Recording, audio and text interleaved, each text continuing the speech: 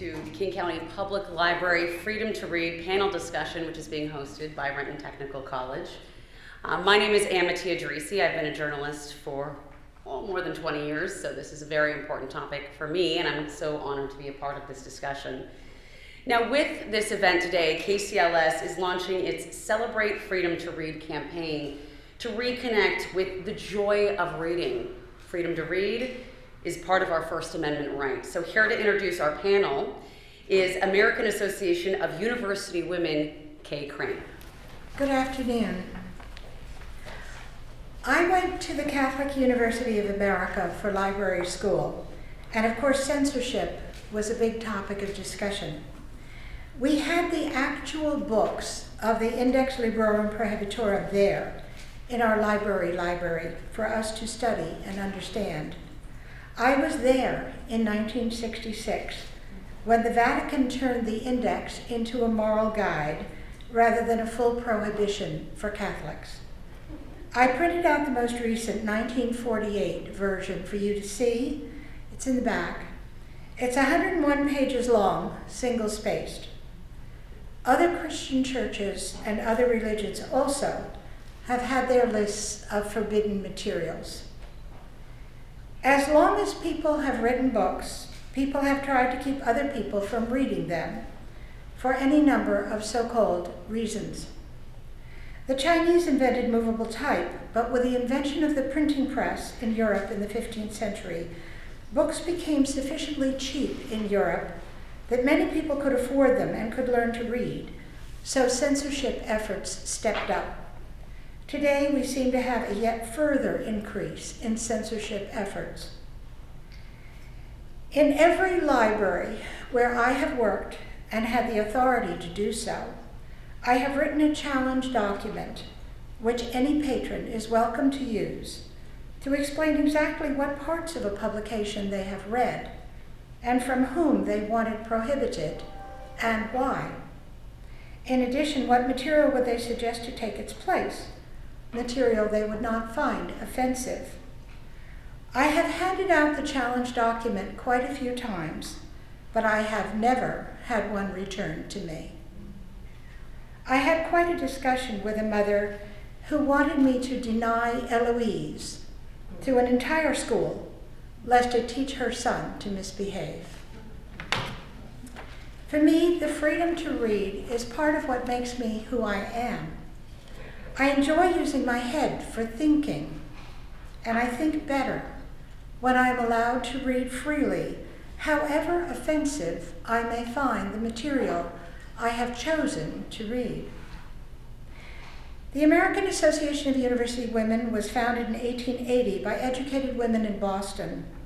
Today it has 170,000 members, 1,000 branches, and 800 college and university partners.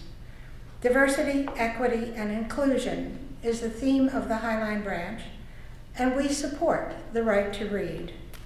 With pride, we join the King County Library System in presenting this program on the right to read. Our panelists include Dr. Tanisha Brandon-Felder. She taught for 16 years in the elementary and middle school classrooms of Seattle Public Schools, was the Director of Equity and Family Engagement in the Shoreline School District, and is now the Director of Pre-K and Elementary Success in the Highline School District. She is the host of the YouTube channel Talking Books with Tanisha, which promotes diversity in literature. Clevell Roseboro II came to Washington State only recently as Associate Dean of the Library for Renton Technical College, our hosts this afternoon. He has an extensive background in both public and academic libraries in Connecticut, Pennsylvania, North Carolina, and New Jersey. He is a graduate of the library school at North Carolina Central University. Welcome to Washington, Clay. Jessica Russell is Assistant Director of Technical Services, Collection Services at Snow Isle Libraries.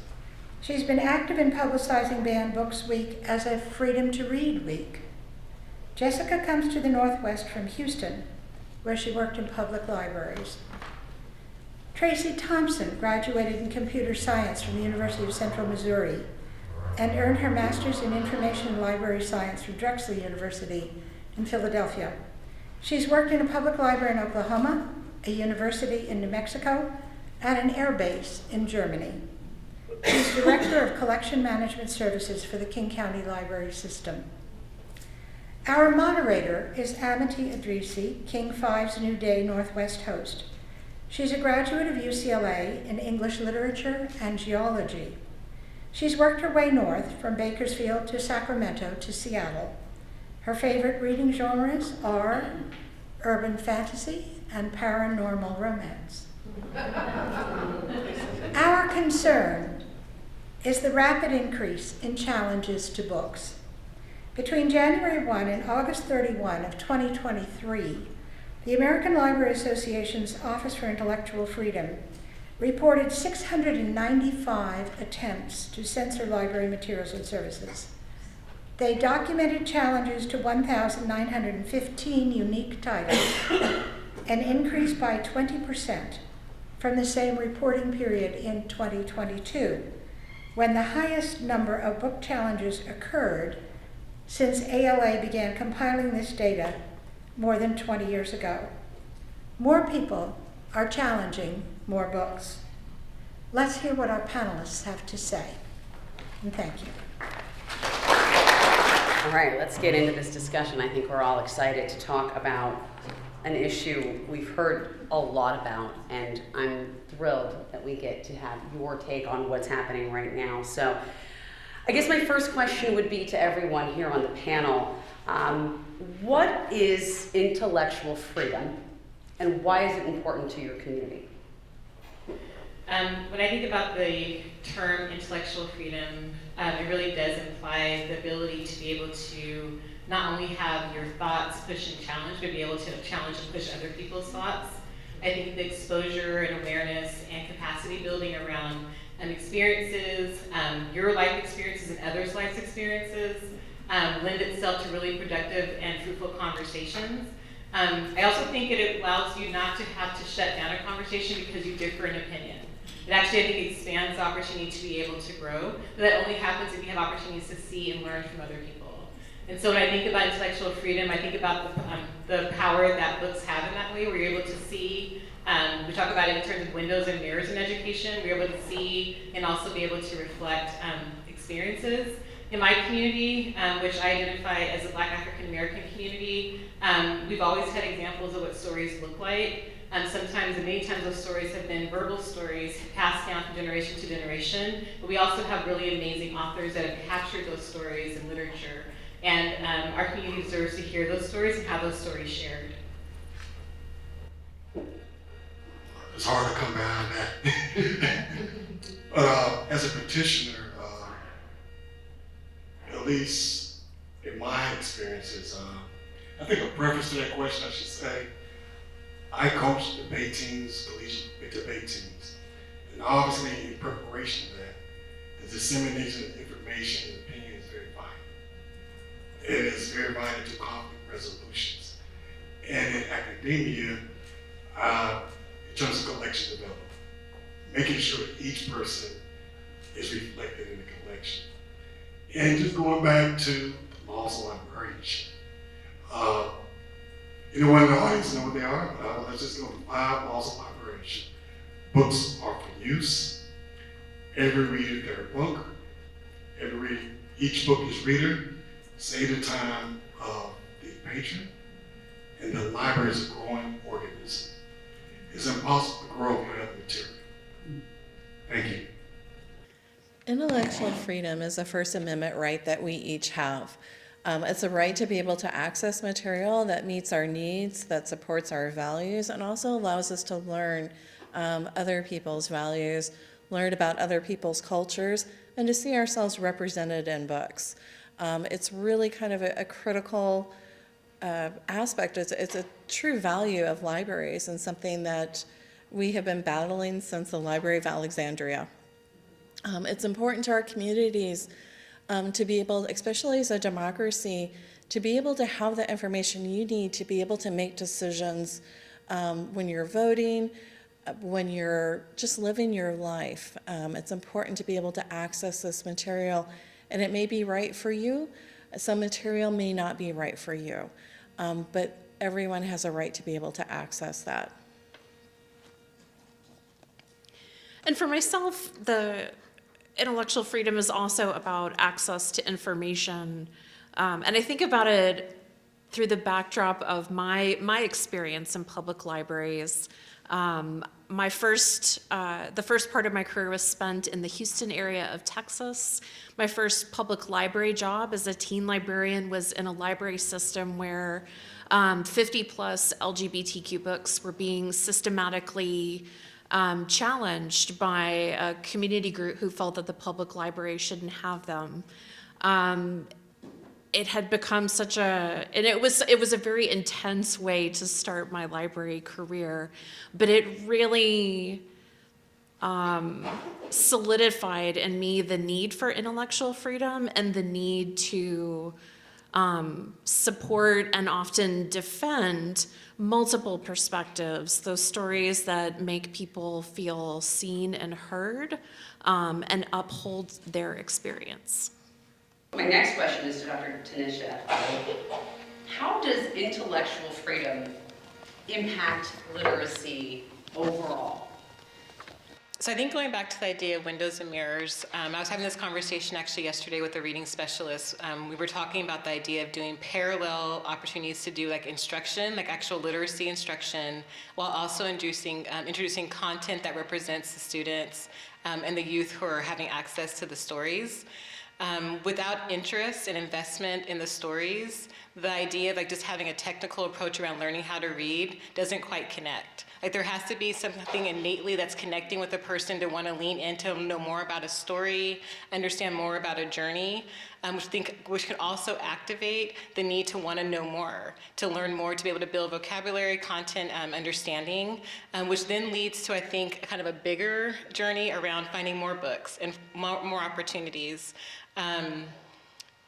The connection, I think, around what it means to actually be a strong reader does not come outside of also having really strong access to really good literature and literacy. And I think that sometimes the stories that we're introduced to will definitely tell a story, but when those stories become the same story over and over again, it starts limiting the opportunity to think about the ways in which we can have multiple perspectives, multiple ways of being.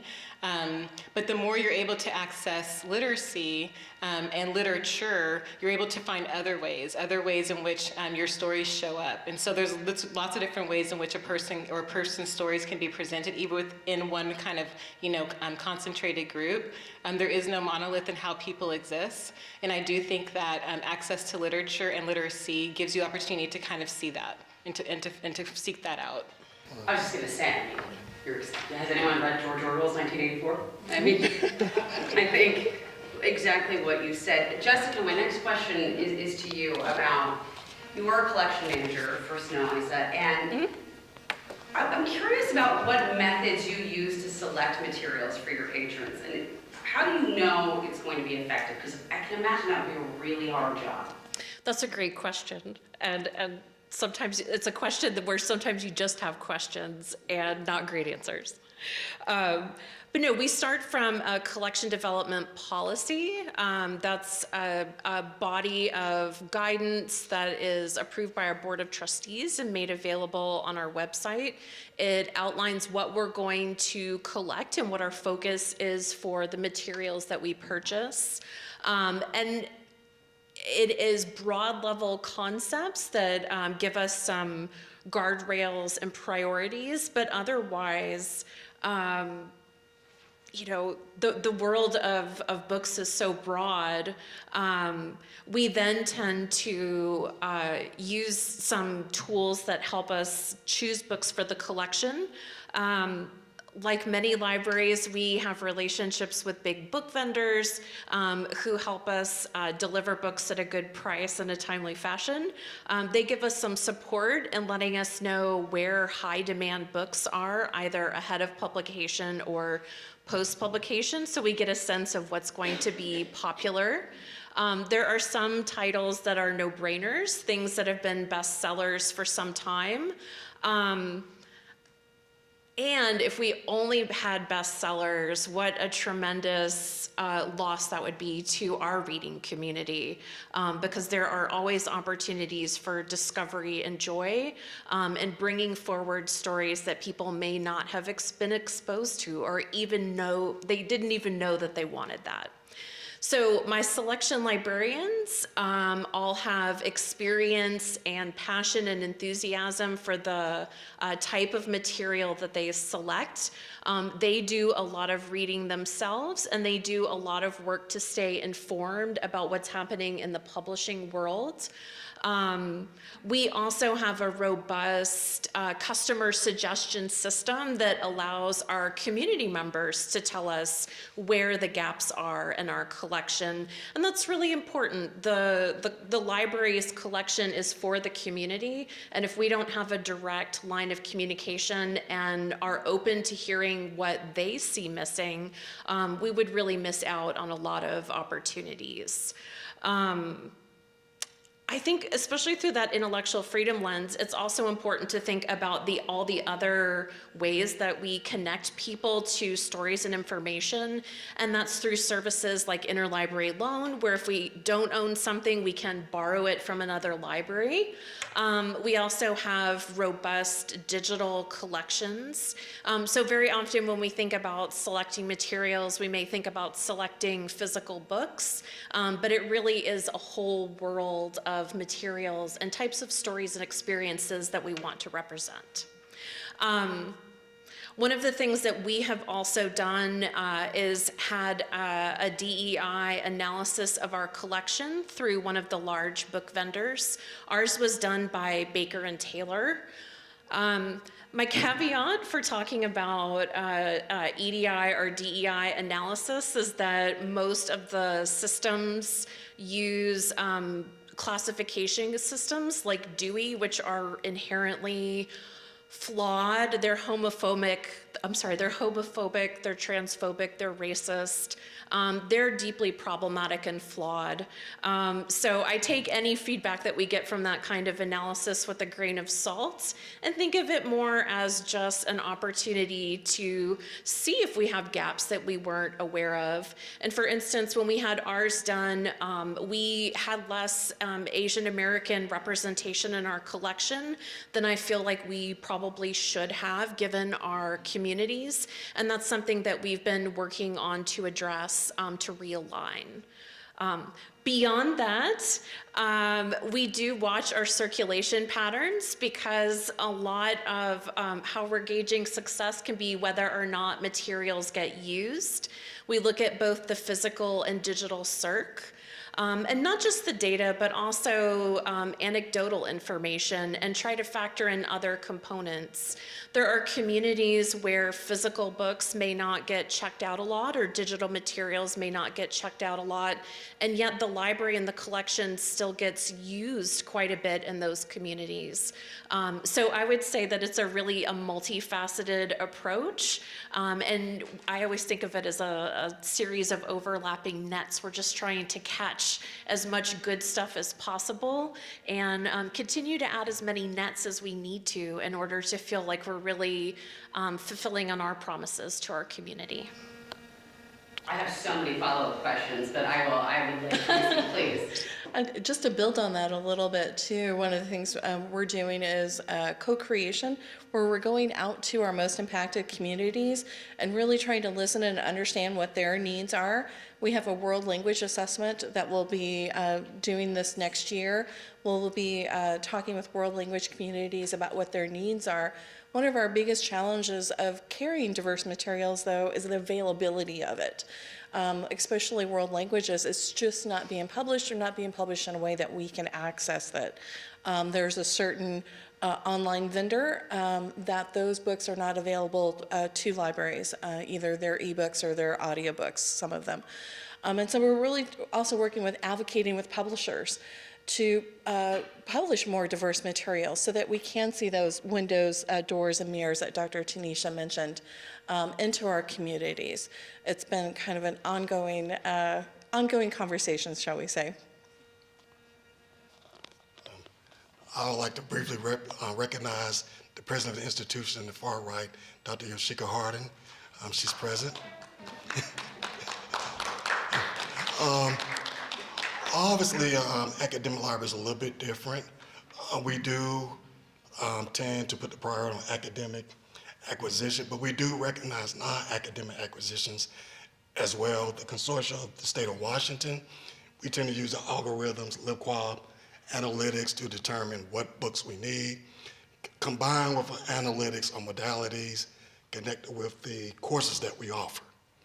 We do have patron-driven acquisitions to make sure that at least the patient students inquiries about books that they want to read are in our collection. But we also have OER, which allows academia to produce their own credible work. So to that extent, that's what we're doing here at Renton College. All right, well, actually, I want to stay on the topic of representation since we brought this up. Many of the books being targeted, being banned, center around racial identity. So why is it important to have the stories that center around Black, Brown, and Indigenous and Asian protagonists? I made a list because this is a passion for me for lots of reasons, but I think mostly because kind of going back to what I was talking about before, the idea that if you don't have stories or you see stories that reflect you, you almost can believe that your stories don't matter. If people are not affirming that your stories are worth being published and put into bookstores and put into libraries, you somehow become invisible. And if you're already feeling invisible, it just confirms and affirms that visibility suits you.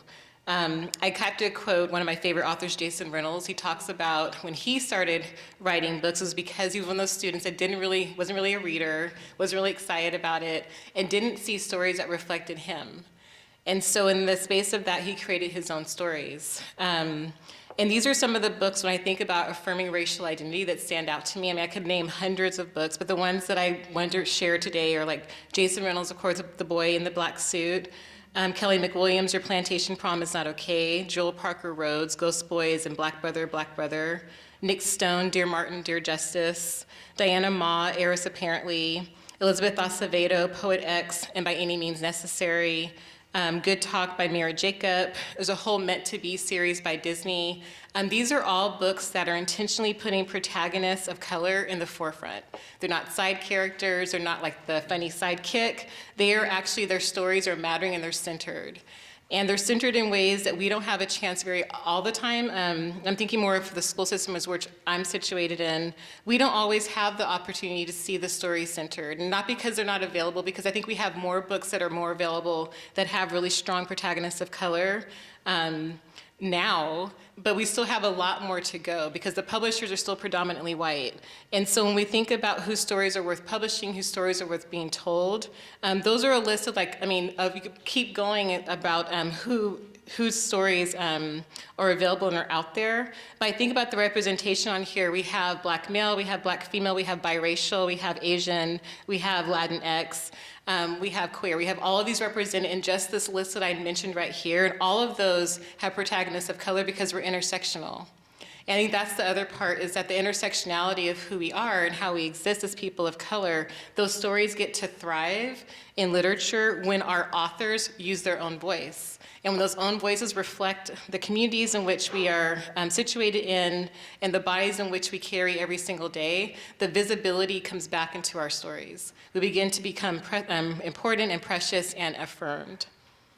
I know someone who's neurodivergent. I don't often see myself represented in materials, books, movies. It's more than just Rain Man. It's more than, Monk. The first time I joined neurodivergent Facebook communities, I was like, I'm not alone. I'm not really that weird, because the world is set up for neurotypicals. And I always thought, I'm just really odd. I don't belong. I don't fit in. So that really gave me that sense of belonging. Books can do that for people. They can make that difference in people's lives, that passion that you are not alone.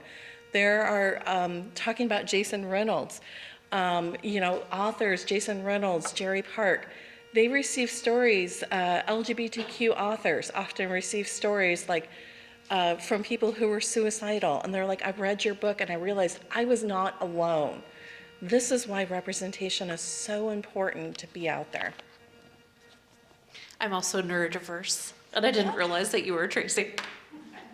Which is a really good material lesson in intersectionality and the ways that we all have identities that aren't visible to others. And I would say too, because we have a lot of, I'm a white person and we have lots of white folks in the room, I think it's also worth questioning if you're actually seeing your experience represented in books. Because despite being white and having the majority of books that I read when I grew up having white protagonists, I very much did not feel myself seen. I wish I'd known that I was neurodiverse when I was a child, but I did know that I was fat, and certainly other people let me know that as well. So seeing books as an adult that represented the fat experience and like Dr. Tanisha was saying, not just one lens of that experience, but many different lenses, because there is no one monolith for people's experiences and identities.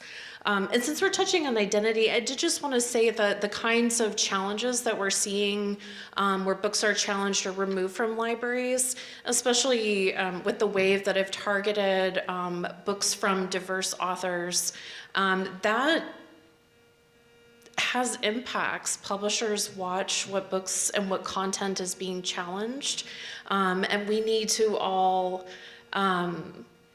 buy those books and show publishers, libraries need to buy those books and show publishers that we want those stories in the world, so that they're not telling the next wave of amazing authors that there isn't a place for their book in the world.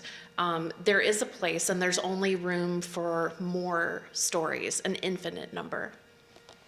And I would just add, as an African-American male, just African-American history in general, if you look at Professor Kimberly Crenshaw at UCLA, and she was just recognized for curriculum development of AP African-American Studies throughout flagship institutions throughout the nation. And for the board, the School Board of Education, to remove her content from the book, it's like, it's like a dereliction of our duty as educators, so essentially, there's definitely, if you look at the red states and blue states, I'm not going to talk about the agenda, what's going on, we all know it, but I think, every person, citizen in the United States, First Amendment, has a right to get a holistic, interdisciplinary support and understanding what the history was and is without discrimination or filtering.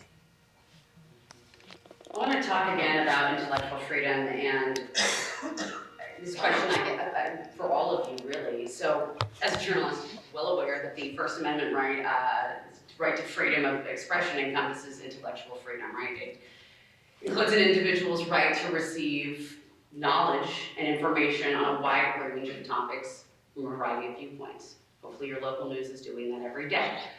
How does this impact libraries, though, and organizations in learning? Libraries are limited public forums, meaning that we have to observe certain rules and laws, including, of course, as we've mentioned, the First Amendment right. It abbreviates the experience of innovation, ideas.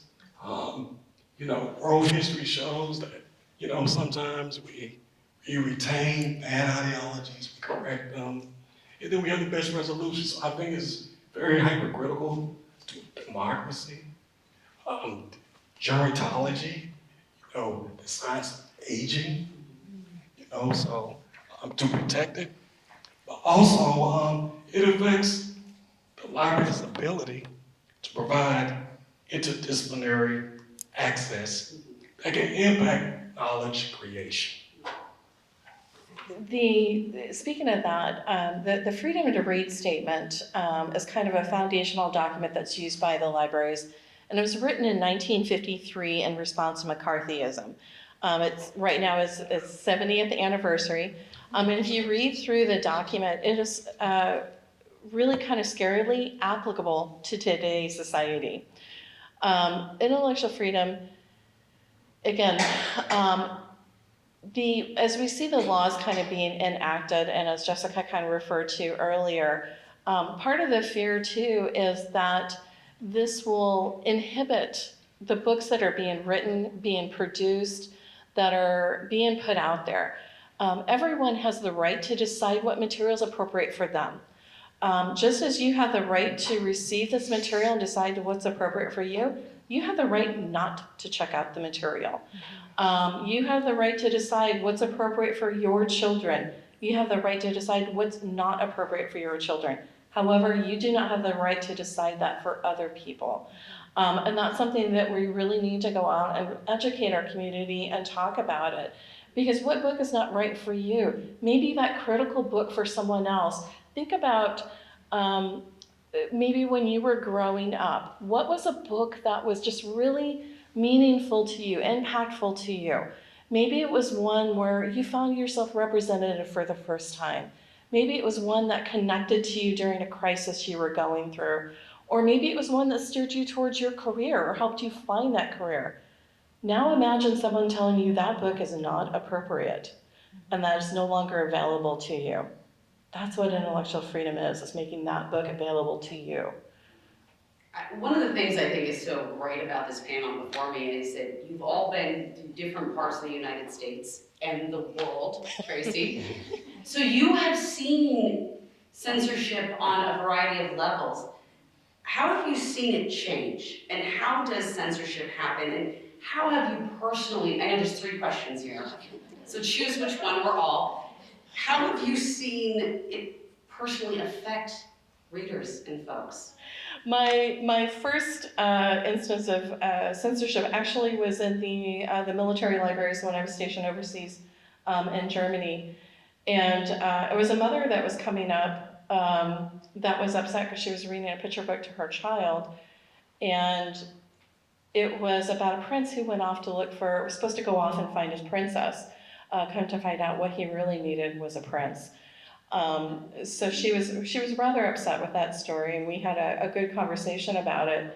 And it wound back around to the First Amendment, and that she was a military spouse, as I was, and that our husbands had signed up to defend the First Amendment right. That's what they were putting their lives on the line for, and that's why we have these books in the library. It was really important to have that representation. I will say that my transition from many years in Texas and in the South to the Pacific Northwest has been interesting. I find in the South that people just say what they're thinking and they're very direct about it. And while that's not always fun or enjoyable, you do tend to know where people stand. And I have found here in the Pacific Northwest that people don't like to say the quiet part loud. But they will talk all around it. So it's made some conversations sometimes more complex than I would have imagined. And sometimes more emotionally charged because people don't want to say something that they think would put them in a negative light, but they do truly believe that and want to share that viewpoint. One of the things that I have noticed about complaints now is that some of the language and the rhetoric that people bring to the table in those conversations is different than what I've experienced in the past. I've noticed a trend to a very quick pivot to talking about books with any kind of mature or sexual content as pornography. And I think that we've got a question coming up to dig into that a little bit more too. But it's a very fast pivot. Oh. Hello? Okay, good. And that has been about books anywhere from a picture book that had nudity that was thematically appropriate and culturally appropriate, to books that had mature content for mature adults, which is absolutely appropriate. The other thing that I've noticed is that the barrage of questions that I've had in some conversations with folks, I think that some of what people are bringing to the table, they're hoping to elicit a certain response from library staff. maybe something that's a really good soundbite. And I feel like I'm seeing some trends of in real life use of online trolling tactics, things like sea lioning, where you're asked questions that are not kind, that are often aggressive, that are really formulated to provoke a response. But then if you do have feelings about what you're being asked, then the other person can say, "What's your problem? I'm just trying to ask you a question." Go to Twitter on any given day, or X rather, and you can see this demonstrated, but it's been very interesting to see that online tactic that's used really widely be brought into IRL conversations. Well, and I think one of the large changes I've seen as well is it used to be like that mother coming in concerned because they checked out the book. Now we're seeing organizations nationally go across and train their local chapters on how to place a book challenge, how to go into a boardroom and disrupt the meeting. And they're giving lists, and sometimes the challenges are coming in not just 1 or 2 books, but hundreds of books. And so they're inundating and overwhelming libraries with their challenge, and that's part of their tactic as well. And again, the changes in language, the hyperbole, because of course you're not going to expose a child to pornography. Well, in reality, what they're calling pornography is there happens to be maybe LGBTQ characters in the book. And one thing to kind of mention that, I know we're going to talk about it a little bit later, is the courts can decide what is obscene. We don't have that ability to decide that as libraries, nor do the public. It's only the courts that have that ability to decide that.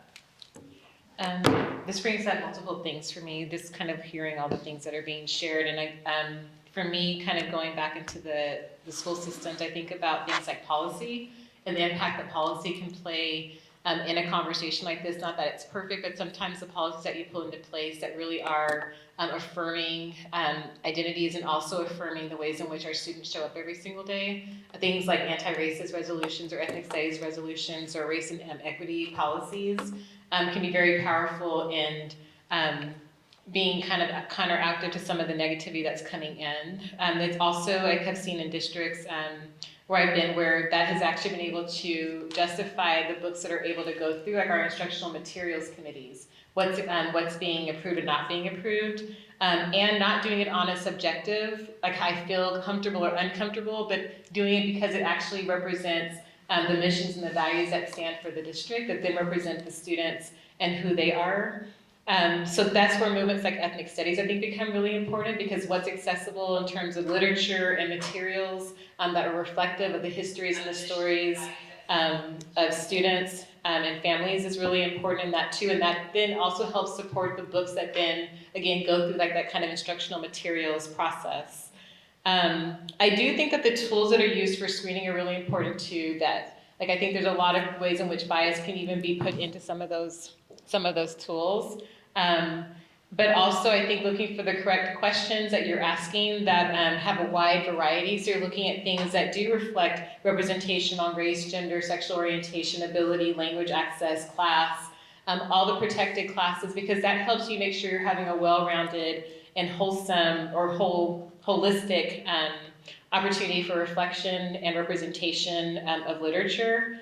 I think the other thing is that I think most of these books that we're talking about, that we've been talking about, youth already have access to these stories. They want these stories. It's not so much the youth, kind of figuring out how to limit it. They're waiting for most of the adults to catch up to this. And I think about that in terms of like a teacher, like most of the books, especially the middle school teacher, those are books that were introduced to me from my students. They were already reading it. They just wanted me to put it into my classroom libraries. Catch up, bring it, make it available for me. I think that's what's happening too in a lot of districts. The districts that have not yet been touched by the horrendous, impacts of book banning are listening to the youth about what are they reading. And they need to have the libraries in a space that are friendly and accessible, because they are reflecting like who's already reading those books or who wants to be able to pass on and share those books to others.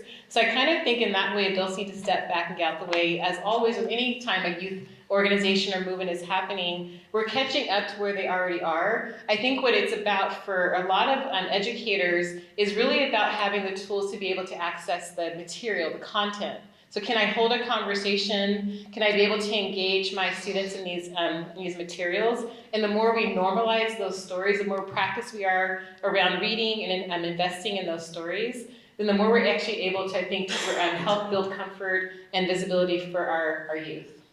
As an administrator, in my past 10 years of public library director, one thing that's changed is the jurisprudence. How do you mitigate these scenarios? And I have one I like to share.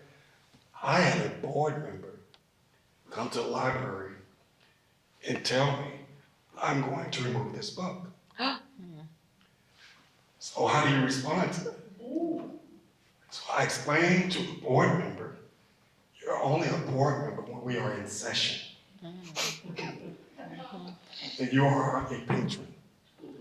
And if you choose to walk out the library with this book, I have the authority to ban you from the library.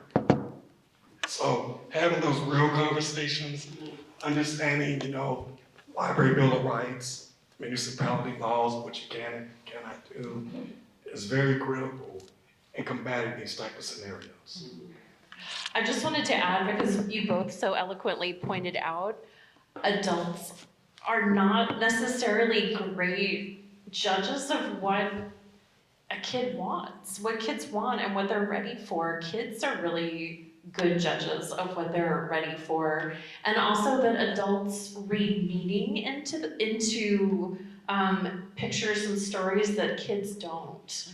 I find that adults have the dirtiest minds and take everything the worst way. And kids are usually coming from genuine perspectives. They're open, they're interested, they're learning.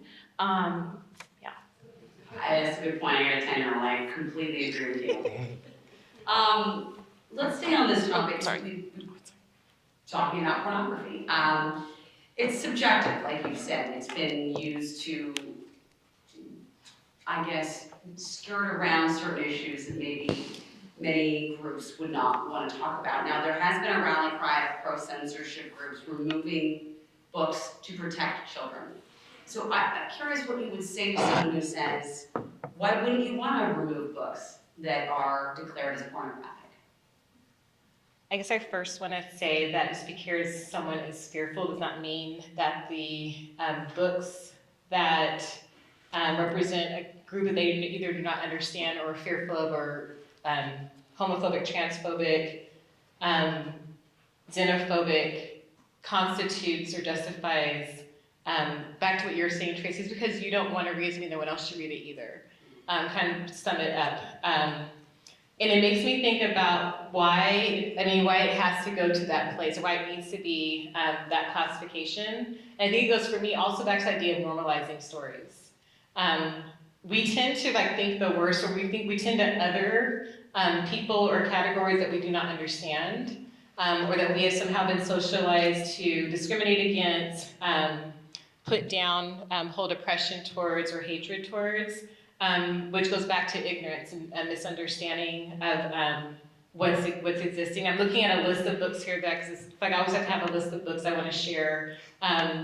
So in the district that I formerly was in, one of the things that we did, because we also had a community that had not, I would say, externally affirmed LGBTQIA status. And it needed to be, because we had staff and we had students and we had families that were waiting to say, wait, do you not see us? Do you not see the visibility of who we are? And so we partnered with the local bookstore, Third Place Books, and had Pride book fairs. So we've had those for the last 4 years. Those existed. And in that, the idea was that only the books that were represented in that book fair were centering around LGBTQ experience. And what that was able to do, and I think what did in a lot of situations, was it normalized that this is not that other story, this is not that dirty or whatever kind of sexualized stories people are imagining it to be. It's actually just stories. And so some examples of those stories, Adam Silvera and Becky Albertalli, What If It's Us, Here's to Us. really centers the romance and friendship of two characters, female characters in New York. Nick Stone talks about bisexuality and Odd One Out. Right Where I Left You actually has a whole cast of characters in the story that identify along a big spectrum, a long spectrum of LGBTQIA+. Meet Cute Diary features a trans character and their expectations around finding romance and love. You Should See Me in a Crown is around a female who's identifying as lesbian and trying to figure out her story as she's questioning. My most recent favorite is Heartstopper, the whole complete series. Number 5 is coming out in December by Alice Oseman, because it takes a story, and I was telling someone else, I first introduced this by one of our close family friends who was a high school teacher, and she was telling me about the Netflix series. And it took me a second, I finally watched it, and I told her, like, after I was watching this show, I didn't realize how much I was clenching, waiting for like the inevitable awful thing to happen. Because that's the story we're told happens if you identify anything outside of like the heteronormative existence.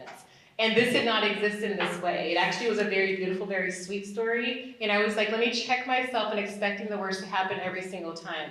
So after reading those 4 graphic novels, which are beautiful, by the way, and excellently told, I found out every other single book that Alice Oseman wrote and decided to read those as well. And also pre-order the next one, because I want to make sure that anyone ever comes into my life that's looking for a suggestion of a story where they can just be happy and be in love and be in a friendship, that I have a suggestion for them. And so a lot of these is also about opening up the experience and understanding for myself. So I have recommendations for those people in my life that come across that may not know there are other ways that they can be affirmed they are okay. And if you like Heartstopper, you should read Check Please. Oh, okay. I'm putting it down. Which is swoony hockey romance in a graphic novel, and it is, it brought me back to reading after a really serious slump. Thank you. It's from a Houston author. So you didn't know you were getting book suggestions. So you didn't know. But just to throw it out there really quick, I think what Dr. Tanisha also just touched on is the need for such a range of stories. LGBTQ stories don't have to be centered purely on coming out stories, or as often, hate, about somebody experiencing hate and censure. That stories of joy, that is part of the Celebrate Their Freedom to Read, is to be centered on the joy of the diversity of stories and to uphold and defend their presence in our lives. Or even just normal family life, to see yourself represented in it as Yeah. well. And going back to kind of talking a little more about the course deciding if a material is obscene, they use what they call a Miller's test, which is a 3-point test. One of the criteria that they look at is they look at a piece of material of the art, whether it's a written book or a movie, as a whole. Often these accusations of removing a book for pornography removes a small piece of that book and says, this, of course you wouldn't show like a graphic novel. They'll take one picture in the graphic novel and say, well, of course you wouldn't expose children to this, it's pornographic, without taking the whole story into account and looking at it as a whole. The #1 banned book from the last, I think it's been like the last 2 years, Genderqueer by Maya Kobobi, it's a memoir. It's a graphic novel about their journey to discover that they are non-binary and asexual. And there is a picture in the book that they will take out of context from the entire book and say, well, this is pornographic, it's a terrible book. But if you read the story, again, it's just this really wonderful story about their journey and discovering, what their life is and who they are. There's been a lot of legislation lately across the nation that's been introduced to dictate what can be taught, what should be on library shelves. Are there any particular news stories or areas that you've been watching out of concern, out of a desire to educate yourselves? What have you been focusing most on? There's been several that I've been watching. Texas right now has a law that they did have an injunction, and I believe the injunction's been removed, about labeling materials. So if for publishers to be able to sell their materials to schools, they have to label it in 3 categories, and I'm not gonna get them exactly right. But it's like sexually explicit, sexually relevant or mention sex, or completely safe. And these are very subjective. So, and this includes not just new published work, but previously published work. So it's a huge onus on the publishers to do this. And then, of course, if they do it for Texas, are they going to do it for just one state, or are we going to see books come across? And again, going back to the freedom to read statement and the First Amendment, to label books with intention to discriminate or discourage people from reading the books is considered an infringement upon the First Amendment. So I'm really interested to see where this is going to go in the courts. And there are also 4 states that have legislation passed right now that criminalizes carrying books in the library.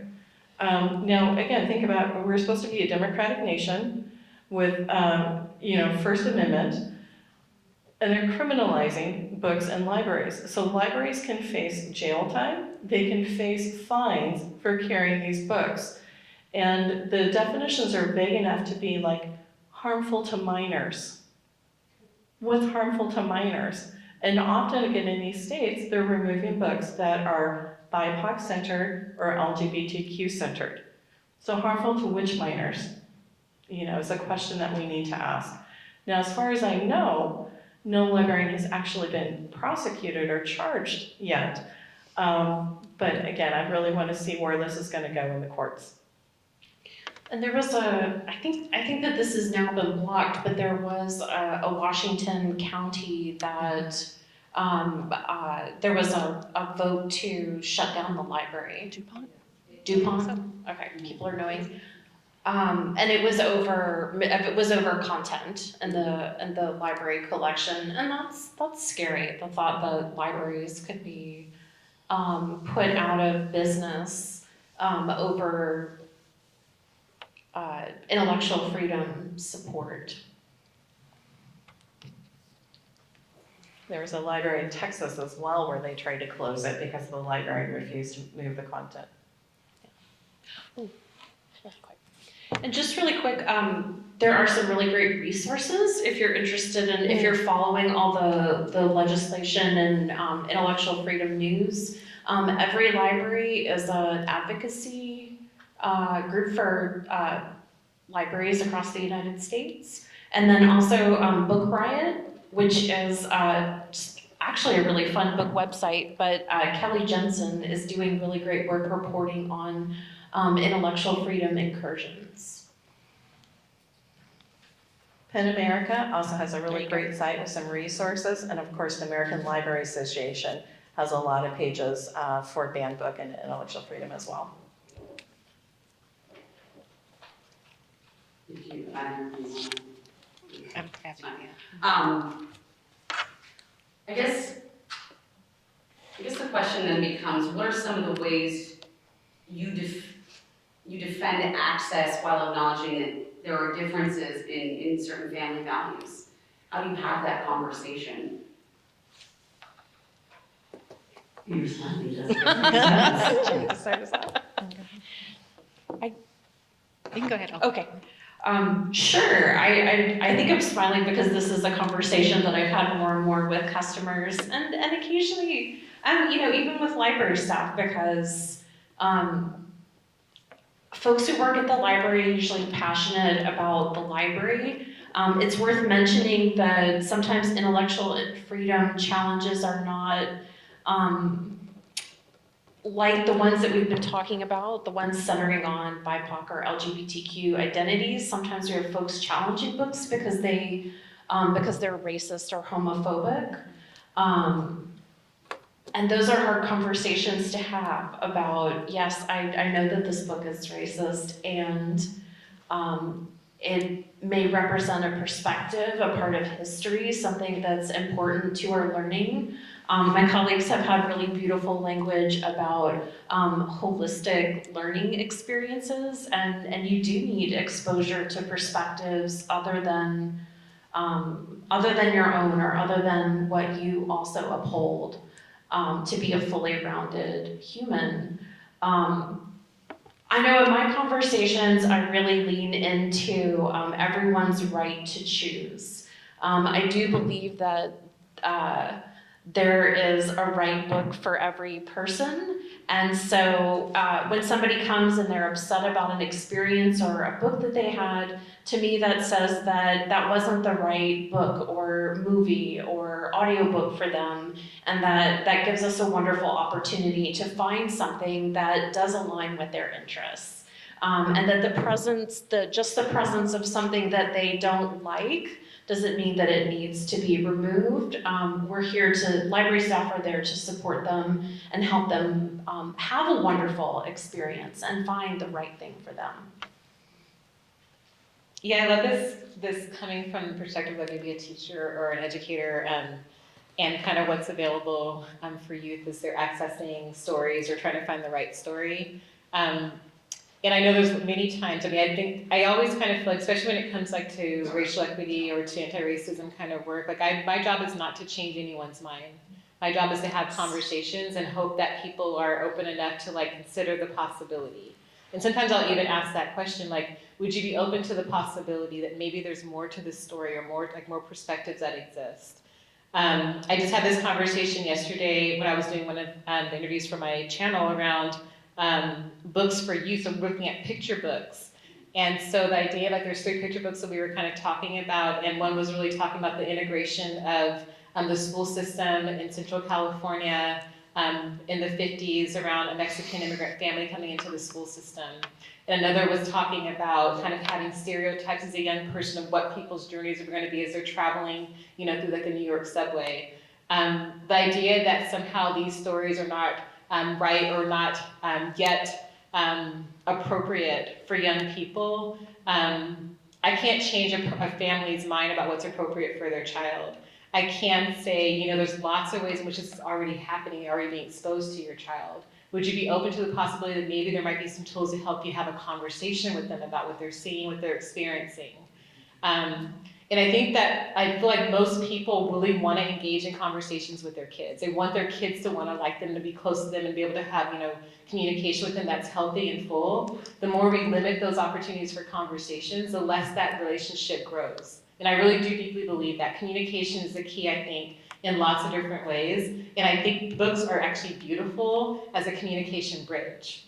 And so if there's something that a young person is interested in, and I say young person, I really mean from birth up into however old, because I believe that there's a youthfulness of this side of us as readers. Anyway, we're always looking to see what that next adventure is going to be, that next experience is going to be. And if there's a young person who's interested in having a conversation, there's a book that might be available for them, I want that family to have that conversation. I want to be able to suggest a book as a conversation builder or a bridge builder. But I don't get into arguments with people who are not open to the possibility that other people's experiences don't matter. I think if people are generally coming from a place of hatred or really wanting to diminish someone's experience at the risk of their own stories being put superior to other people's stories, that's not a conversation, that's a fight. And I don't get into fight with people. I really try to think about the more positive aspects of what's already existed. We have a lot of examples where positivity is like the light. And I'd like to lean into that light versus leaning into that darkness. Yes. Clevell first. I'll be remiss, at least for me as an African American, you have to talk about the good, bad, and the ugly, And for me, I was around 10 years old. A book was handed to me by a renowned archivist named Carter Q. And it was by Pascal Beverly Randolph. It was called the Rosary Cross. And the book was metaphysical in its approach in trying to determine value in this nation as a slave descendant. and trying to close the gap and trying to have some sense of personal guide as you go on your day-to-day experiences. So for me, it was banned in the United States. The book was presented to me in Germany. It just unlocked, it gave me a sense of enlightenment, not just as an African American, but for BIPOC. The stories, the little known facts that are not known, and some sense of purpose as a petitioner, as an archivist, to try to assemble and a part of conversation to build a collection that reflects just that. We were just talking about the new legislation across the country, and Kay from AAUW just said that she had a story that was really relevant to share. I'd like to invite her up to share that story. Years ago, between 1978 and 1983, I taught in the library technician program at Highline College. And I got to know some of the students quite well. They told me that they had been sent to that program by their church, which was paying their fees, and that their mission was to become library technicians who would not be out on the floor like my colleagues here, but in a back room, opening boxes coming in from publishers, checking books off against an order list, and saying, yes, they're all here, pay the bill. But the books were not designed to go on the library shelf. These people could quietly slide a book, and I'll explain which books they were concerned about, slide a book into their carry bag, like many of us have, I brought two today, that would go home in the evening and never come back. It had been received, it had been paid for. You might tell your patron it was out of the bindery, or that you'd get in touch with them as soon as you found it or whatever, but it was not available for browsing. It was gone and never surfaced again. Now, what were the books? This was 40 years ago. The books they were concerned about were books on evolution. They wanted the books on creationism on the shelf, but not the books on evolution. But I thought their method of getting rid of these books was fantastic. To take the young people in their church and send them to become library technicians who would spread out to all of your different libraries, ladies and gentlemen, and quietly work in the back room unpacking the books, checking them off, but they never made the shelf.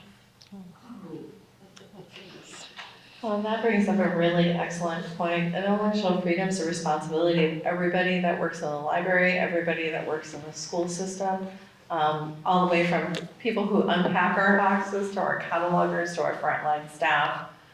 And looping back around about like how we defend books, one of the hardest things to do is to defend a book that you find personally offensive, that maybe if you identify as a member of that community and that book is a part of that community, or against that community, it can be very difficult to defend those.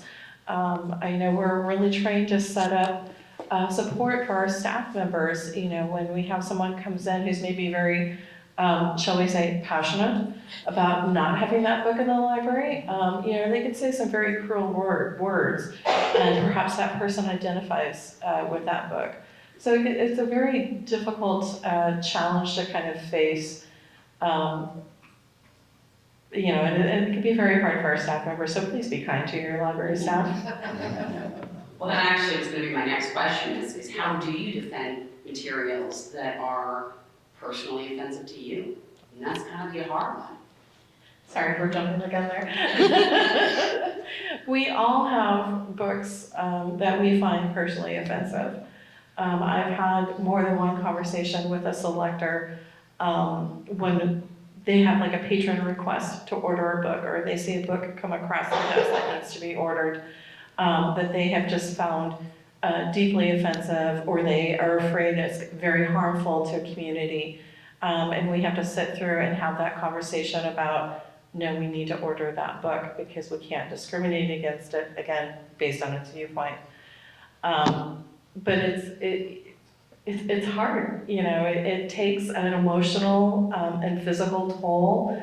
There are librarians that have had to leave the profession due to the stress of it, to the personal attacks that they are getting. Because we talked about the change and challenges. They are personally now attacking librarians, both at work and at their home. And that takes a physical toll. And then you're doing that and defending books that you may find personally offensive on top of that. Wish I could give you a better answer, but it's a lot of getting support from your colleagues and kind of working through that and reminding yourself the intellectual freedom value. Because we get challenges from across the political spectrum. We often talk about just a certain side of the political spectrum, but it comes from across. And if you look at the top 100 books that have been banned since ALA started tracking them, like number 50, somewhere in the 50s, is the Bible. So it's just really kind of a wide range of challenges that do come across. And I was just sitting here thinking about how there are some weeks where every day is sort of a getting up and affirming, recommitting to intellectual freedom. And sometimes that's what it looks like for me, is reaffirming on a regular basis. Conversation in the mirror. That's right. Pumping myself up in the mirror. I wanted to touch on just really quickly as part of this too, the libraries, regardless of the nature of your library, because we all have we're in libraries with different aims, that you ultimately have both a finite amount of money and a finite amount of space to put the books. So there are always a significant number of titles that we'll have to say no to, that we just don't have room to house or money to purchase. And that adds an additional just bit of complexity into it. But that's also why we have policies, collection development policies, selection guidelines. We make explicit our priorities and what the aim and goal of our collections are. Well, I will say, it's very challenging. I will admit, at times I'm a little biased. Like you say sometimes, the budget does not permit. Or we'll order interlibrary loans. Yeah. So just to satisfy the client. But I think that buffer and being able to sometimes cherry pick titles is one of the mechanisms strategically that public and academic libraries have been able to use. Not necessarily just to deny personal discontents with content, but just to safeguard. Now, I want to add to the conversation. Now, one thing I do favor is the filtering of access to internet, access to children. The E-rate, as an example, in school libraries. Yes, people. And they've incentivized it in terms of administrators' ability to budget, get further supplementary funds just to do that.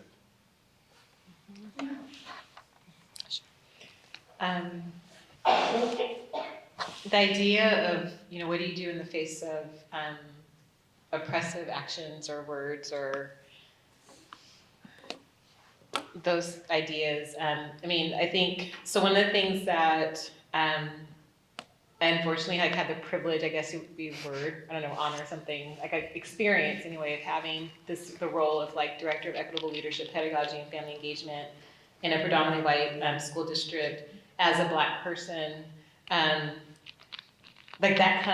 That comes with that title, it comes with the role, it comes with people bringing in their kind of most anti to, I guess, whatever my core beliefs might be about who I am as a human being and also who people are as humans.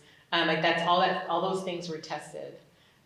They were tested often because that will show itself in the boldness of like Black excellence. You'll see the antithesis of that, people coming towards you with who don't want that to exist.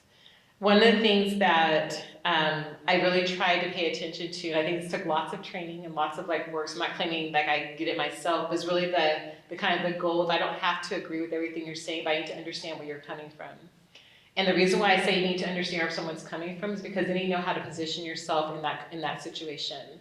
And if someone is coming to you with beliefs that are unfounded based on what they think you to be or how they think situation is, it's important to know then how you like engage in those conversations or when to avoid those conversations.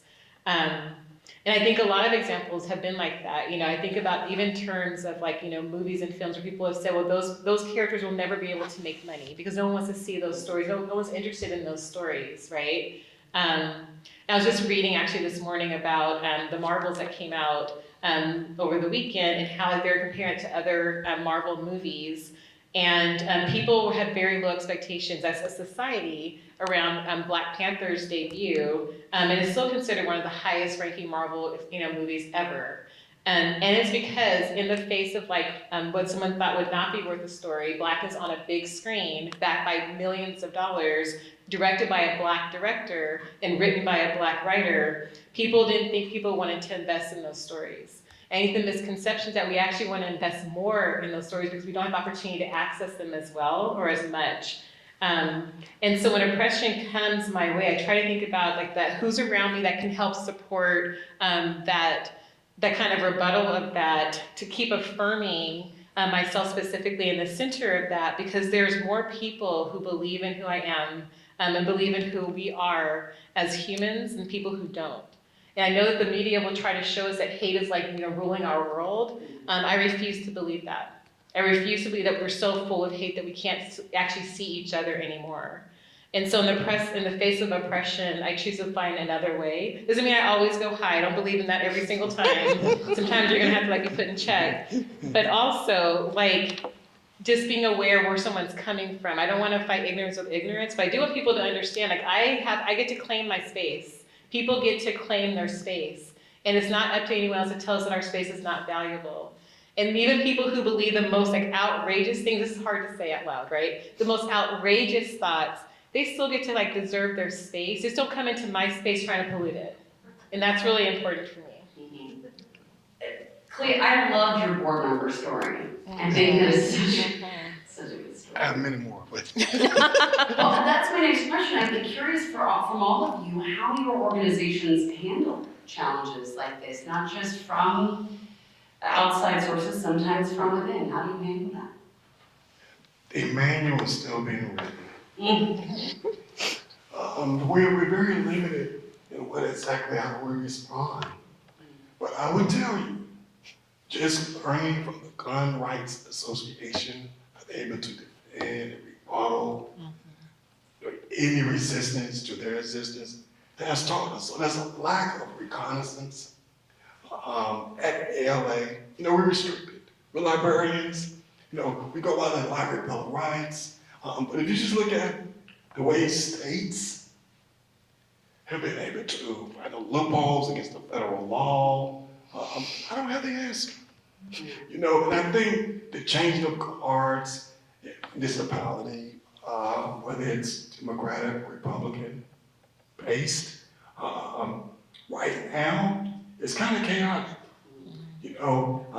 I think what you mentioned is the way these organizations are organized.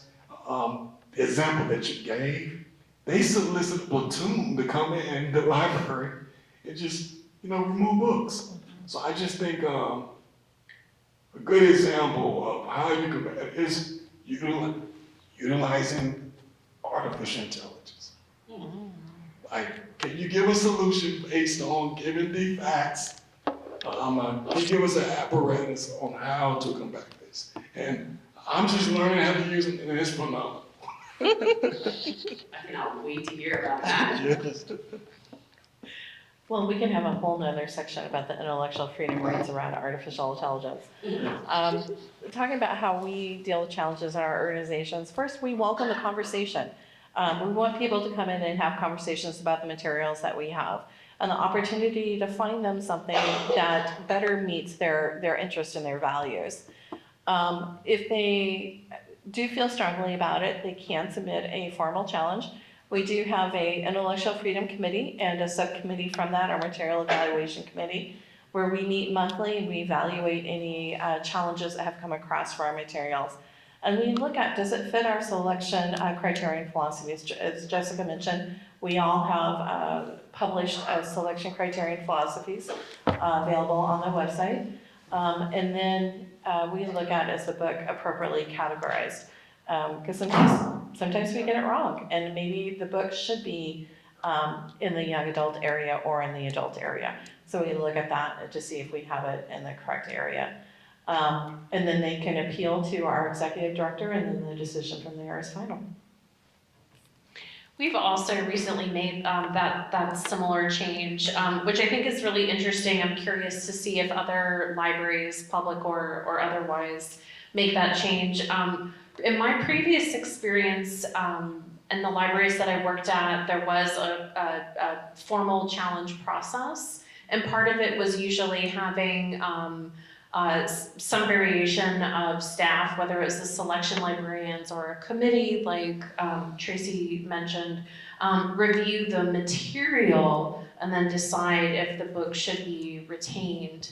But that's really subjective, and we retain, and I think many if not most items have been retained through that process. And my library system has made the pivot to if materials are challenged, then we will assess whether or not we followed our own policies.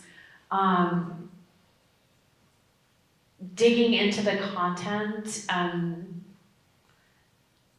delivering sort of a verdict as to whether or not it's appropriate contradicts a little bit some of our other practices and outlooks.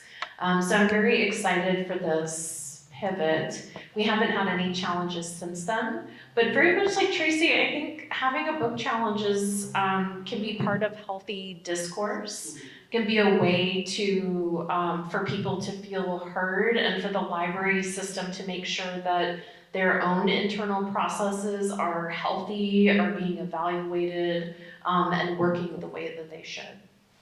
Yeah. You know, I just want to add another point. One of the impact, it changes LIS curriculum. You know, as library science students, we might have leadership course, but it'll really talk about how to manage certain scenarios and the policy development with regard to intellectual freedom, intellectual property was cascaded in the law or legal departments of education. So now we're saying that library science schools, at least the best of them, are now reevaluating and providing some type of curriculum in graduate schools so we can understand and be able to respond to policy development. Well, Dr. Tanisha, I would imagine this would be even a completely different and more difficult issue when you're dealing with a school district. How does that work? So I guess going back to that instructional materials committee that I mentioned earlier, so every book that is considered like a read aloud book or a book that's going to be used for a base curriculum in the school system that I used to work in, or any materials, even sometimes curriculum to a certain extent, goes through like this vetting process of a really big kind of reflective group of stakeholders, including families, students, specialists, and also like district staff.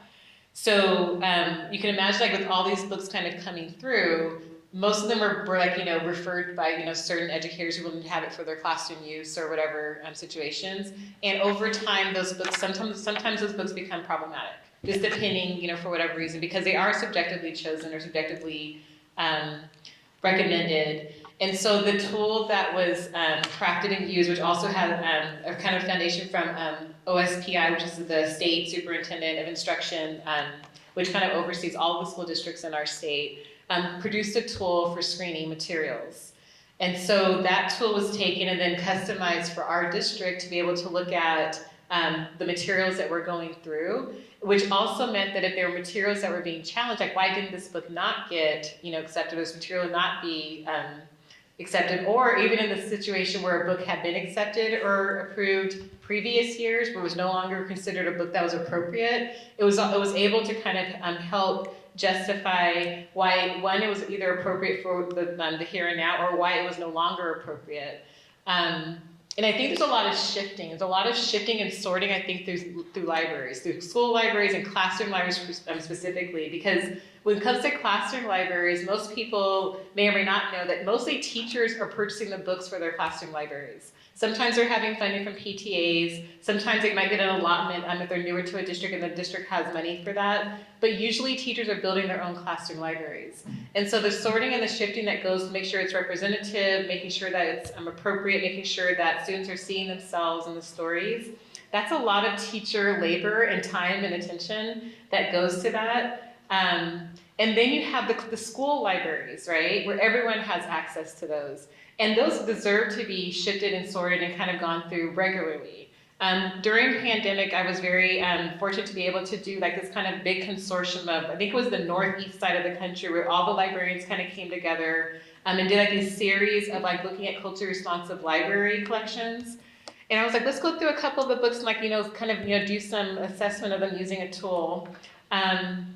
And we did that for maybe 3 or 4 of their collections. That takes a lot of time and energy. So like the diligence around what it means to make sure that you are not only current in the stories that you're telling, but you're also like being, I think, really aware of like what stories are on your shelf, what stories probably need to be shifted is important. It's an ongoing kind of situation. And for school systems that are most of the time like lacking, any kind of financial support or budgets to do that, clientele or personnel to be able to actually access those libraries in a routine way, and money for purchasing the books, you can imagine like how difficult it is to keep current, representative and strong examples in the library systems, which I think is also maybe a good invitation to say, hey, how's the way you can support your local public school is talk to their librarian. Find out what kind of supports they need in their school system, because I'm sure lots of librarians would not turn away volunteers. Or money. Right? Money. Support your teachers. Yes. I look forward to a day when it's just matter of fact that those classroom libraries get funded. Yeah. I've sat at tables with school librarians and wouldn't say my materials budget out loud because I heard them say theirs. And Yeah. the discrepancy is incredibly painful. Yeah. I'm just going to brag on myself real quick, because knowing that as a classroom teacher who did her library like from Goodwill when I first started, the big box of 100 books for $100, I don't remember how it was. And then slowly got parents to start, help me fund my library. One of the things I decided I was going to do as an equity director was I was going to put books into each classroom in our schools. And so every year we made a big bundle. We called them ethnic studies books. We had a Pride book, and we also had Black books that we put in like little classroom bundles and gave to the classrooms and to the schools, because they come so quickly and they're such good quality and they cost money. They're not free, like you're saying. And so I was really proud of that, kind of leaving that legacy behind. That is such a great idea, and something that's, as a board member of the PTA, it's so many things that you can share with all of your friends and family and your PTA boards as well, because that's something easy to do with the general fund. Yeah. I just have to ask, let's talk about bridging the gap now. Intellectual freedom to read. Oh, I got another question right here. Stand by. You write like a doctor. He's gone. All right, well, it would be nice to hear specific examples of books or other material that are challenged. Is that correct? Did I say that correctly? Oh, can I talk about Ghost Boys real quick? Okay, just because it's like fresh on my mind. So I mentioned Joel Parker Rhodes is one of my favorite authors, and she's also local, and so is her daughter Kelly Nick Williams. Ghost Boys is one of the books that has set on my heart from the moment that my daughter in 6th grade was invited to be a part of like this group where Joel Parker Rhodes came to her school library and read this book or portions of this book. Ghost Boys is a story of a young boy who, very much like Tamir Rice, was shot over an accidental toy in his hand. The police accidentally thinking it was a weapon, or maybe not stopping to actually check is probably the most appropriate way before they shot and killed him. And so in the way that this story is told, kind of based on Tamir Rice, we have this other little black boy who becomes a ghost because he also has been killed, but he finds other ghost boys. Mm-hmm. And they're all chasing Emmett Till because Emmett Till is like kind of the ultimate ghost in this story. In the truths that are told and the pain that is told, and like I still think of the brilliance that is told, because the way that she tells the story is she like, and if you have ever read anything by Joel Parker Rose, like she does her research. Like she is very much a research-based writer. And so she goes through the histories of what it meant for people, for young boys to be killed in the hands of police. But she also goes into like, what's the possibility of next? Like, where are we going next? And that's a book that for sure is on the banned book list. And you can probably tell why, because why we want to talk about something that's still happening every single day in our country, where little black boys can't go out and can't be exposed and can't play in the front yards with toy guns because they might be killed. I don't remember what the question was, but I was like, let's talk about this right now. Yeah, no, it's good. Is that right? Okay. Yes. Yeah. So that's an example of a book. Examples, right? That's an example of a book. I mean, there's many, many more, but that's one I think that stands out. And it's geared towards middle grade, upper, kind of lower high school. The idea that youth are not already having these conversations or wrestling with this idea of what mortality looks like in the body of a young black male, like Ta-Nehisi Coates talks about, in the body of like your young blackness. I think is naive on all of us. Like they're having these conversations, and this book is able to help facilitate that conversation. And also, this is a good time. I was going to open it up to see if anyone had any questions that they would like to ask about anything. The same as this last question, any specific books that are being challenged, any specific concerns that you might have, or even, I was interested in what are some ways that we as a community, we talked about, trying to help out the PTAs so they can help out teachers. What are some of the ways that we can bridge that gap, that we can help get out there and educate the community? What can we do as a community to support you, the library? Something that I think everybody can do is to buy diverse books. Buy them because they're beautiful stories. Buy them because you find ones that you love, and demonstrate to publishers that there is a market for those books. And if you can, buy them from independent bookstores to support your local book economy. And I want to say I understand why sometimes that's not maybe isn't viable for people. But yeah, I think demonstrating the market is really important, and also taking advantage of your position as a customer or a consumer. There's nothing stopping anybody in this room from writing a publisher like Penguin Random House and saying, I saw this data about your books that were published and they're still overwhelmingly white. Why is that? Why is your staff overwhelmingly white, and what are you going to do to change it? I did ask a panel of audiobook publishers that question and did not get an answer. But I say keep fighting the good fight and keep asking the questions, and putting pressure on folks to provide the answers. There are so many ways that y'all can help us out. One, use your libraries. Support your library staff. Join your PTAs, join your local school boards, join your Friends of the Library. We talked about the national groups organizing. They're also organizing campaigns and political runs. Politicians are running on book banning as a platform for both school libraries and for their local positions. Speak out at your school board, your library, public library boards. Let them know your thoughts about intellectual freedom and First Amendment rights. There's supporting your teachers. They are, it's very difficult for them right now. You can also donate to the library foundations, to the schools. You can make your donations general, or you can make them, you want them to support books going into the classrooms, which is just such a huge, important thing to have for children to be able to access those materials. I would just add, vote, lobby for your interests, and donations. You can be intentional. You can say, I want this donation to go to this specific collection development. And just really quick too, your positive support of the libraries in your community on social media is really huge. I've seen it happen where a customer who was upset took to social media on a neighborhood board, and the library community immediately spoke up and said, well, talked about how much they love the library and how there was a place, it was a complaint about a specific book, about how there was a place for that book on the library shelves. And it was really powerful. Library staff never had to say anything. But yeah, your unequivocal and direct support in public spaces is greatly appreciated. Well, in all the book challenges we're talking across the U.S., a lot of these are by a small group of people.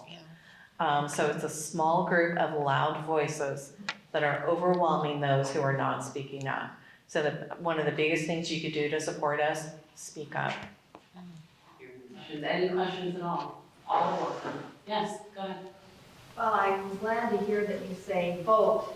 We just all voted for school boards, right? Yes. And in my district, I think there was somebody that was supported by a group who believes they're anti-book, etc.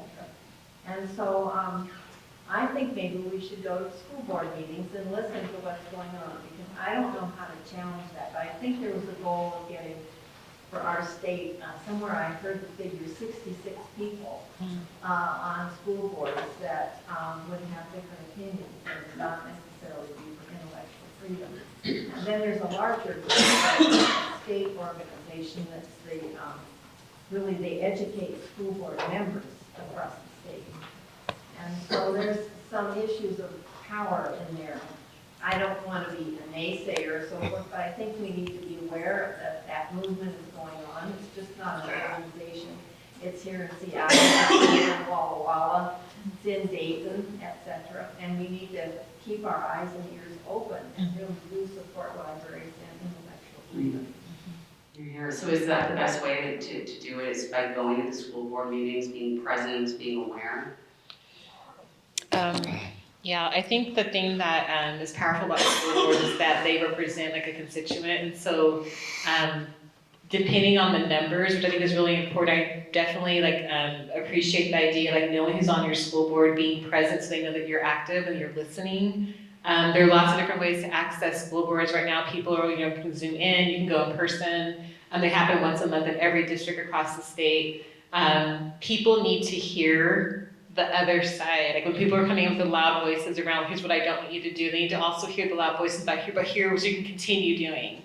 The school represents, the district to some extent, but really the superintendent is answerable to the school board. The staff that's happening in the school district is answerable to the superintendent. You need to make sure there's that kind of cohesive message around, here's what we are all kind of on the same mission and direction for.